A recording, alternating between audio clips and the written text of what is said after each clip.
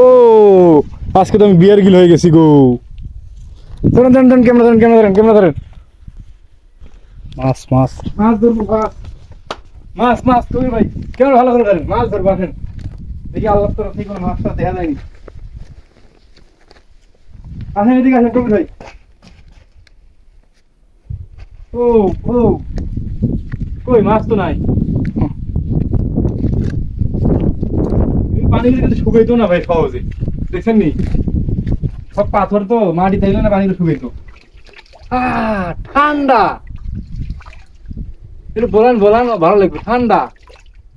ও ও দেখেন বন্ধুরা পাথরের পাহাড়ের মাঝখানে ছোট্ট একটা গুহা গর্ত একটা তার মাঝে দেখেন বৃষ্টির পানি জমে গেছে। পানিগুলো যে এত পরিমাণ ঠান্ডা বলার মতো না প্রচুর ঠান্ডা পানি। আরে কবির ভাই একটু হাত লাগিয়ে দেখেন এত রোদের মধ্যেও দেখেন মানে ঠান্ডা প্রচুর ঠান্ডা। ধরো ওইটা হলো দেখেন তো অনুভব করেন দেখেন আল্লাহর কুদরতি বুঝলেন। হ্যাঁ আসলে আল্লাহর কুদরত দেখেন মানে এত বড় বড় যে পাথরের মধ্যখানে যে পানিটা যে আছে হ্যাঁ একমাত্র আল্লাহ ছাড়া কে বলতে পারে কে বলবে।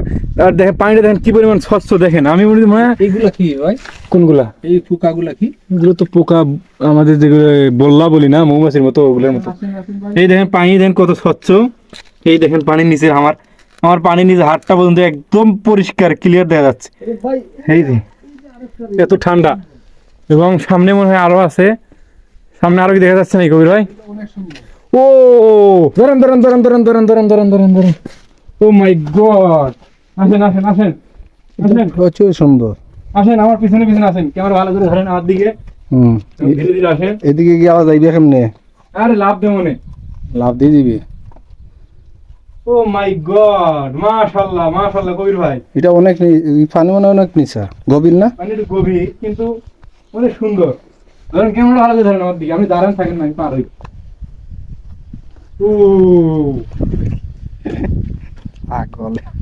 দেখছেন দেখছেন দেখেন দর্শক আমরা আসলে ভাইরাল হতে যাচ্ছি কিন্তু দেখেন কি নতুন নতুন কিছু দেখতে হইলে আমাদের চ্যানেলে একটু সাপোর্ট করবেন। এই দেখেন আসলে ক্লিয়ার দেখা যায়নি। হ্যাঁ ভাই অনেক সুন্দর। আরে এখানে কয় ফুট পানি হবে? পানি মিনিমাম 1.5-2 ফিট নিচে হবে। আরে দুধ না দিলে আমি একটু ঘোল ঢোল করে দিই কিন্তু আসলে পাহাড়ের মাঝখানে মানে নিচে আসেন না একটু আমি নিচে আসবো কেমনে এখন ওই দিক দিয়ে আসেন এসে দেখাই দর্শকদের দেখাই বাংলাদেশে তো এগুলো কখনো মিলতো না। তো আমরা এসে এখানে কি আর বলা যায় বিয়ার গিলের মতো কিছুটা করতে যাচ্ছি আর কি। ডিসকভারি চ্যানেলে যে ভিডিওগুলো দেখায় সেই ডিসকভারি আজকে আপনাদের দেখাবো কিছু জিনিস। দেখেন কত সুন্দর একটা পরিবেশ হ্যাঁ এটা অবাক করার মতো। পানিগুলো দেখেন ভাই কত নিচু এবং এটা তো সম্ভবত আজ পর্যন্ত এইগুলা কেউ দেখাইতে পারে নাই। কেউ দেখাইতে পারেনি আসলে এই পাহাড়ে মনে হয় এখন পর্যন্ত কেউ আসেনি আমার মনে হচ্ছে। আরে এইখানে এত আসবে এত রিস্ক কেমনে নিব কে নেবে এত রিস্ক কেউ নেবে না। আমি আবার প্রায় 4 ঘন্টা এই দেখেন আমরা 4 ঘন্টা পরে খুঁজে পেয়েছি এই দুইটা পানির গর্ত। হয়তো কয় ফুট নিচে নিচে 1.5 ফিট তো হবেই ভাই মিনিমাম।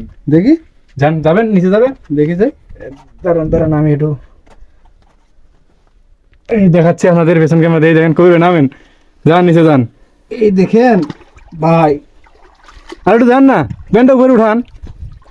ও দাঁড়ে বিশাল নিচু না হো অনেক অনেক নিচু পানিটা আসলে স্বচ্ছ পানি আল্লাহ কুদরতি দেখেন। হ্যাঁ এগুলো আল্লাহর কুদরতি হ্যাঁ সুন্দর। এই যে পাহাড়ের মধ্যে চতুর্দিকে এই যে বড় বড় পাথরগুলো আছে আর এই পাথর নিচে পানিগুলো জমা হয়ে আছে।